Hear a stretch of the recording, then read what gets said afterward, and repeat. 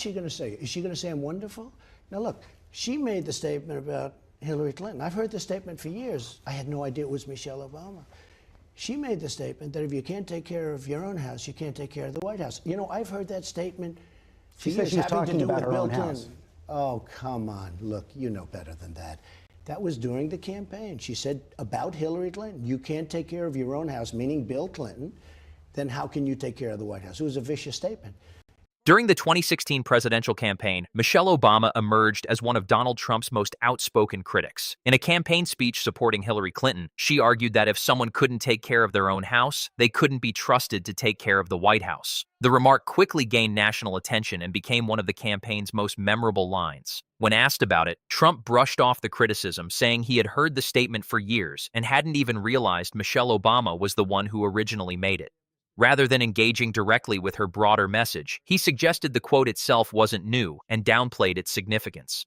The exchange became another chapter in the increasingly personal war of words between Trump and prominent Democratic figures during one of the most heated presidential campaigns in modern history.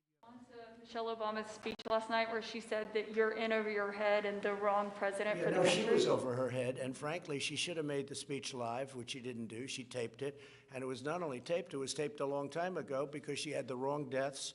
She didn't even mention the vice presidential candidate. As the election entered its final months, Barack Obama intensified his campaign efforts on behalf of Hillary Clinton. Speaking to supporters, he explained that his involvement wasn't simply about electing another Democrat to the White House. Obama argued that Donald Trump represented something fundamentally different from previous presidential candidates, and that the stakes of the election were unusually high. Without focusing solely on policy differences, he questioned Trump's temperament, judgment, and readiness for the responsibilities of the presidency.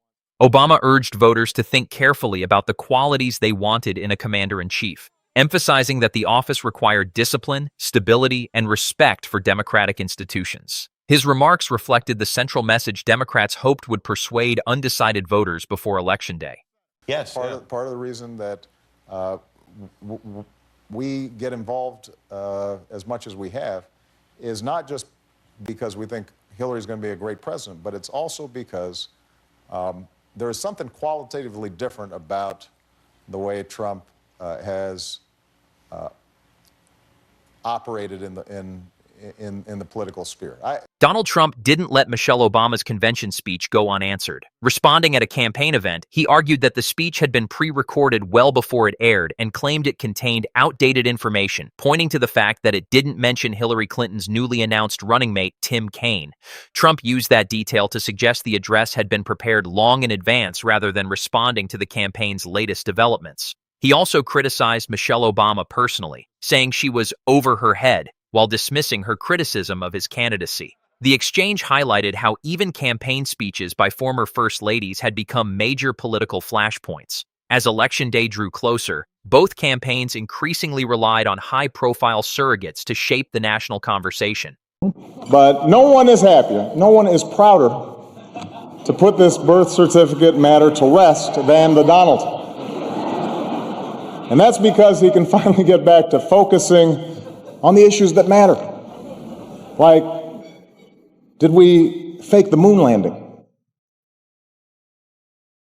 What really happened in Roswell?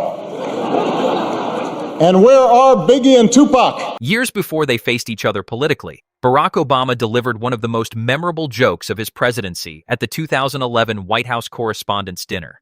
Referring to Donald Trump's role in promoting the false birther conspiracy, Obama quipped that no one was happier to finally put the birth certificate issue to rest than the Donald. He then joked that Trump could return to investigating mysteries like the moon landing, Roswell, and the disappearance of Biggie and Tupac. The audience erupted with laughter as Obama used humor to dismiss a controversy that had dominated headlines for months.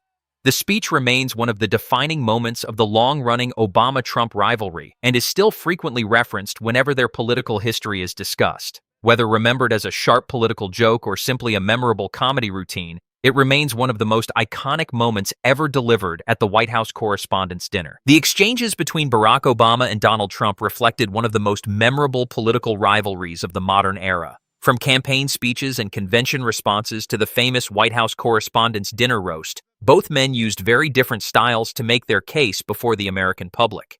Whether through humor, criticism, or political messaging, these moments help define a rivalry that continued to shape the national conversation for many, many years.